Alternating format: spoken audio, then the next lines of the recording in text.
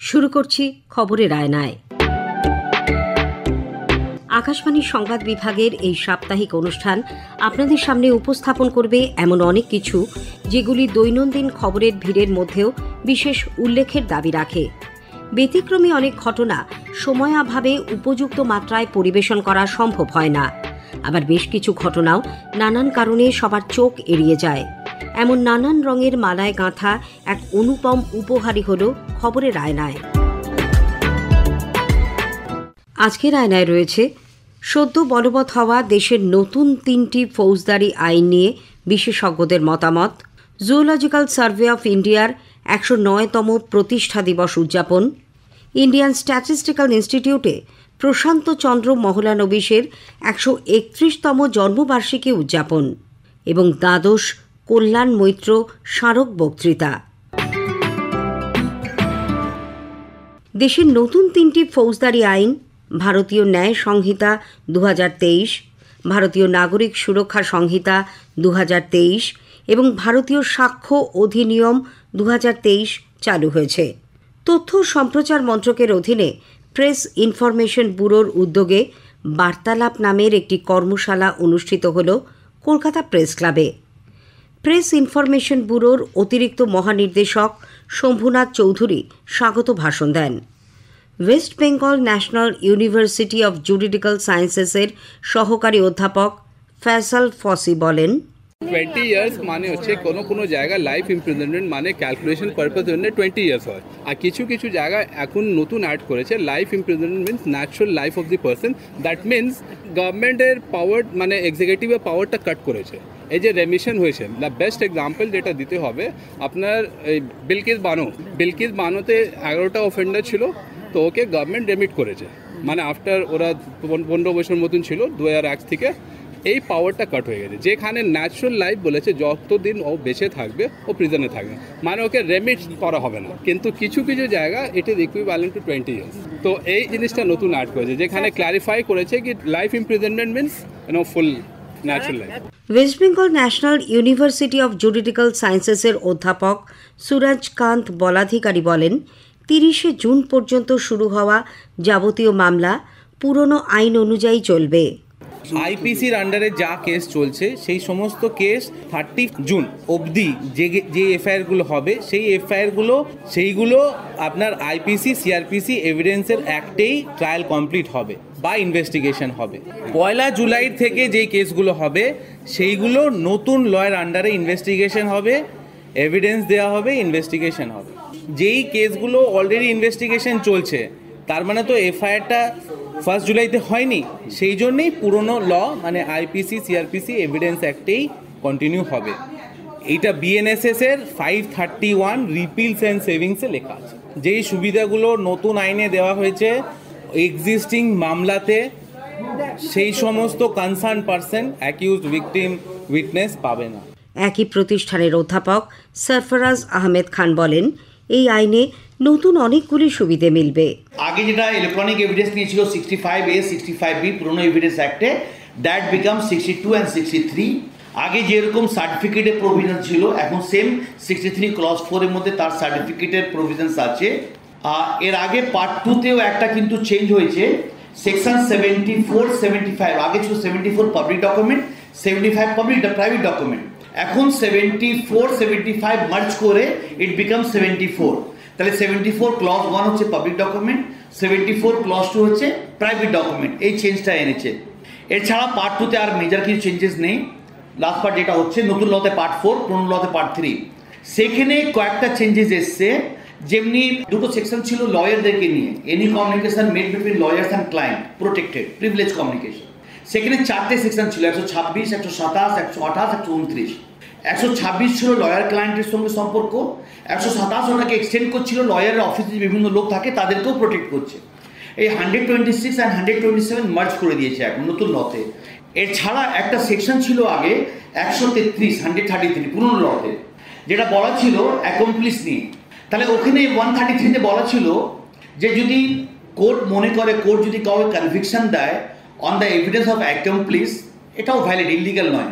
Supreme court high court বহু কেসে বলেছে যে অ্যাকমপ্লিস টেস্টিমনি চোখ বন্ধ করে বিশ্বাস করতে পারবো না, better we should take কোরোবোরেশনস।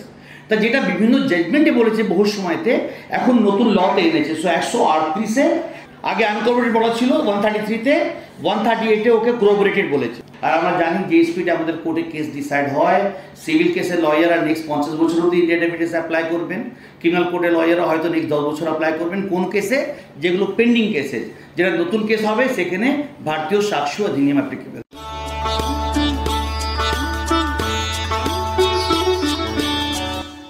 Zoological survey of ইন্ডিয়ার 109তম প্রতিষ্ঠা দিবস উপলক্ষে ফনা অফ ইন্ডিয়া চেক লিস্ট পোর্টালের আনুষ্ঠানিক সূচনা করলেন কেন্দ্রীয় পরিবেশ, বন ও জলবায়ু পরিবর্তন মন্ত্রী ভূপেন্দ্র যাদব। কলকাতায় এই উপলক্ষে এক অনুষ্ঠানে মন্ত্রী বলেন, সারা বিশ্বে ভারতই প্রথম দেশ যেখানে সব ধরনের প্রাণীর বিভিন্ন প্রজাতির তথ্য নথিভুক্ত করেছে এই পোর্টালে, যা সমগ্র বিশ্বে এক অভিনব উদ্যোগ। और दुनिया में भी हम जो एनवायरनमेंट कॉन्शियसनेस में सस्टेनेबल कंजम्पशन की बात करते हैं, क्योंकि नेचर से जो कुछ लेते हैं वो हम प्योर लेते हैं, नेचर को जो कुछ हम रिटर्न करते हैं वो अनफॉर्चुनेटली ह्यूमन बीइंग गार्बेज के रूप में करते हैं। और इसलिए दुनिया में एनवायरनमेंट की जो समस्या है उसका एक बड़ा समाधान ये है कि हम रिसाइकल इकोनॉमी की ओर जाने का काम करें और धरती से जो लें वो हम वापस से उसको नेचर को सही तरीके से लौटा सकें। ये सबसे बड़ा काम है। लेकिन हम ये जानते हैं कि हमारी जो स्पीशीज़ जिनको आज थ्रेटनिंग है, एंडेंजर्ड स्पीशीज़ है, उनको बचाने में हम पूरे तरीके से लगे हुए हैं। दुनिया में पहली बार जो बिग कैट्स हैं उसमें से हमारे यहाँ से एक बिग कैट जो एक्सटिंक्ट हो गई थी, चीता, उसको वापस से ला कर के वाइल्ड चीता का इंटरनेशनल ट्रांसलोकेशन का काम ये हमारी सरकार ने किया है। लेकिन इसके साथ ही साथ मैं कहना चाहता हूँ कि भारत में जो बायोडायवर्सिटी कंजर्वेशन के जो मानक हैं उनको बनाए रखने में एक हम बड़ी भूमिका निभाना चाहते हैं। অনুষ্ঠানে ZSI এর অধিকর্তা Dhriti Bandyopadhyay, botanical survey of ইন্ডিয়ার অধিকর্তা A মাও প্রমুখ বক্তব্য রাখেন।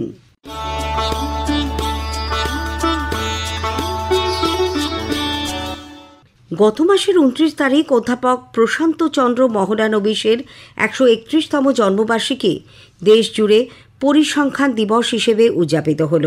তাঁরই প্রতিষ্ঠিত বরানগর ইন্ডিয়ান স্ট্যাটিস্টিক্যাল ইনস্টিটিউট আয়োজিত এক অনুষ্ঠানে বিশেষ অতিথি অর্থনীতিবিদ ও ISI এর প্রাক্তন ফ্যাকাল্টি সদস্য অভিরূপ সরকার আমাদের প্রতিনিধি দীপঙ্কর ব্যানার্জিকে বলেন, প্রশান্ত চন্দ্র মহলানবিশের গবেষণার ফসল শুধু দেশকে নয়, সমৃদ্ধ করেছে গোটা বিশ্বকে। প্রশান্ত মহলানবিশ সারা জীবন সারস্বত বিজ্ঞানের চর্চা করেছেন, যেটা অনেক ক্ষেত্রে সাধারণ মানুষের কাছে, সাধারণ নাগরিকদের অনুধাবনের বাইরে। কিন্তু তার গবেষণালব্ধ যে ফসল, সেটা সারা দেশকে শুধু নয়, সারা পৃথিবীকে সমৃদ্ধ করেছে। আমাদের পরিসংখ্যানের অফিসিয়াল স্ট্যাটিস্টিক্যাল সিস্টেম যেটা এসেছে, সেটা সম্বন্ধে নোবেল লরিয়েট অ্যাঙ্গাস ডিটন বলেছেন যে এই একটা ব্যাপারে সারা পৃথিবী ভারতবর্ষকে অনুসরণ করে, এবং এটা সত্যি কথা। প্রশান্ত মহলানবিশ NSSও তৈরি করেছেন, ISI তো করেছেন, NSSও করেছেন, CSO। তারপর উনি CSOটাকে ইচ্ছে করে আলাদা করে দিলেন যাতে একটা চেক হয়, একদল অন্য দলের কাজ দেখতে পারে। ওর মতো দূরদৃষ্টি সম্পন্ন মানুষ বাঙালি আমি খুব বেশি দেখিনি, এবং ওর কন্ট্রিবিউশনের কথা আরও বেশি করে সাধারণ মানুষ জানুক। দেশের যা কিছু খুঁটিনাটি উন্নতি, তার পেছনেই পরিসংখ্যানের একটা মস্ত বড় ভূমিকা আছে। পরিসংখ্যানকে বাদ দিয়ে কিছুই করা যায় না। আমি যেহেতু অর্থনীতির ছাত্র, আমি এটুকু বলতে পারি যে অর্থনীতি এখন ভীষণভাবে এম্পিরিক্যাল হয়ে গেছে। আগে যে গণিতের ব্যবহার হতো, খুব অ্যাবস্ট্রাক্ট গণিতের, সেটার ব্যবহার ক্রমশ কমছে। এখন একেবারে রিয়েলিটি, আসল বাস্তবটা কি, সেইটা আগে জেনে একটা পলিসি কি হওয়া উচিত, সেই ব্যাপারে সারা পৃথিবী মন দিয়েছে। এবং সেদিক থেকে স্ট্যাটিস্টিক্সের যে ভূমিকা, সেটা তো ক্রমশই বাড়ছে, এবং এমন দিনে তো প্রশান্ত মহলানবিশকেই স্মরণ করতে হবে। অনুষ্ঠানে ISI এর অধিকর্তা ডক্টর সংঘমিত্রা বন্দ্যোপাধ্যায় বলেন, অধ্যাপক প্রশান্ত চন্দ্র মহলানবিশের সময়কাল থেকেই আইএসআইতে ডেটা ভিত্তিক গবেষণা ও পড়াশোনার কাজ শুরু হয়। আইএসআইয়ের প্রথম গোড়া থেকেই একদম কাজ কিন্তু ডেটা নিয়ে। সারা পৃথিবী জুড়ে যে ডেটার ওপর বেস করে সমস্ত ডিসিশন মেকিং এটসেট্রা, সেটা তো মৌলানবিশের আমল থেকেই এটারই শুরু। ডেটা আছে বলেই স্ট্যাটিস্টিক, ডেটার ভেতরে যে আনসার্টেনটি আছে বা সেখান থেকে সমস্ত অ্যানালিসিসটাই এসেনশিয়ালি স্ট্যাটিস্টিক্সের ওপর বেস করে, এবং আমাদের মতন প্রতিষ্ঠানে তৈরি হবে সেই মেথডগুলো, সেই থিওরিগুলো যার বেসিসে ডেটা অ্যানালিসিস হবে।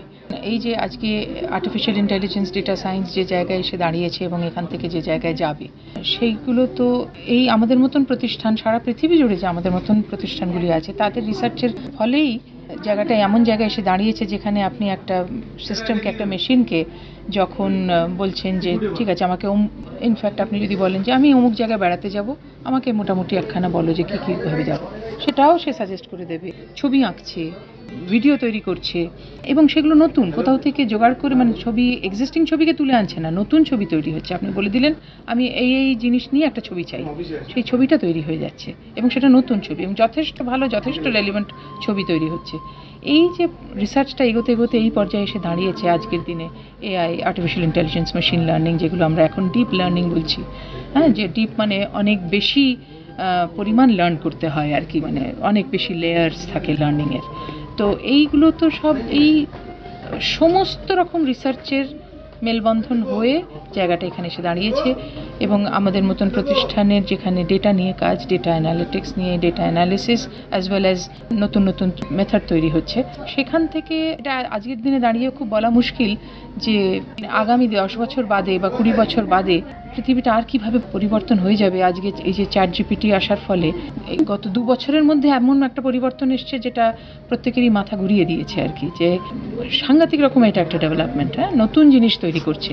এতদিন কি ছিল যে যা আছে সেটাকে খুব এফিশিয়েন্টলি তুলে আনতে পারতো, কিন্তু এখন এই যে নতুন জিনিস তৈরি করতে পারছে, মানে মানুষের মতন করে সেগুলোকে কমিউনিকেট করতে পারছে, এই জিনিসটা কিন্তু বুঝতে হবে যে এটা কোনো একটা রিসার্চের ফল নয়, অনেক অনেক অনেক এবং বিভিন্ন দেশের বিভিন্ন প্রতিষ্ঠানের রিসার্চের ফলে জায়গাটা এখানে এসে দাঁড়িয়েছে।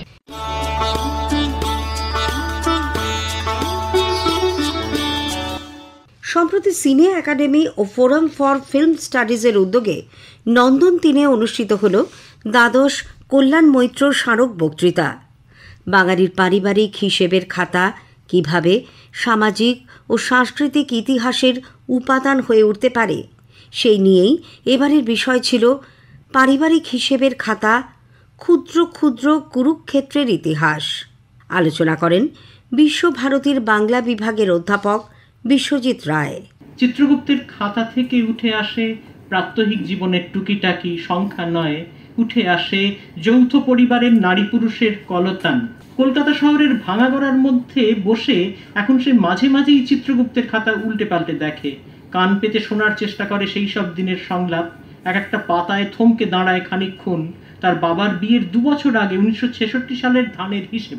রাশি, কনকচুর, আমন, মেঘি, এই 4 রকম ধান, তার নানাবিধ ভাগাভাগি, রাম, সবে, পেমা, বলা, এই 4 ভাগচাষী তাদের অংশ নেয়ার পর নিজ অংশ বলে বাকিটা চিহ্নিত।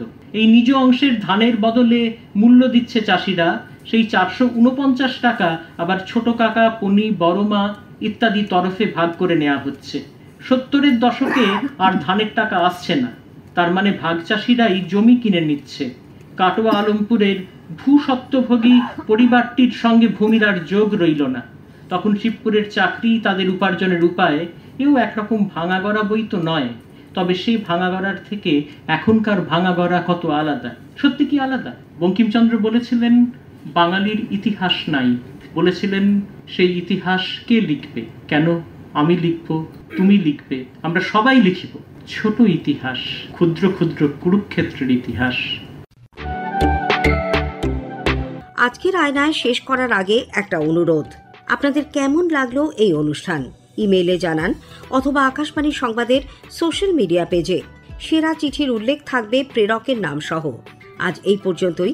আবার আগামী সপ্তাহে ঠিক এই সময় আকাশবাণীর সংবাদ বিভাগ প্রযোজিত খবরের আয়নায় নিয়ে আসব আপনাদের সামনে। ভাষ্য পাঠে ধৃতি সেন শর্মা, সংকলন ও প্রস্তুতি অভিজিৎ চক্রবর্তী।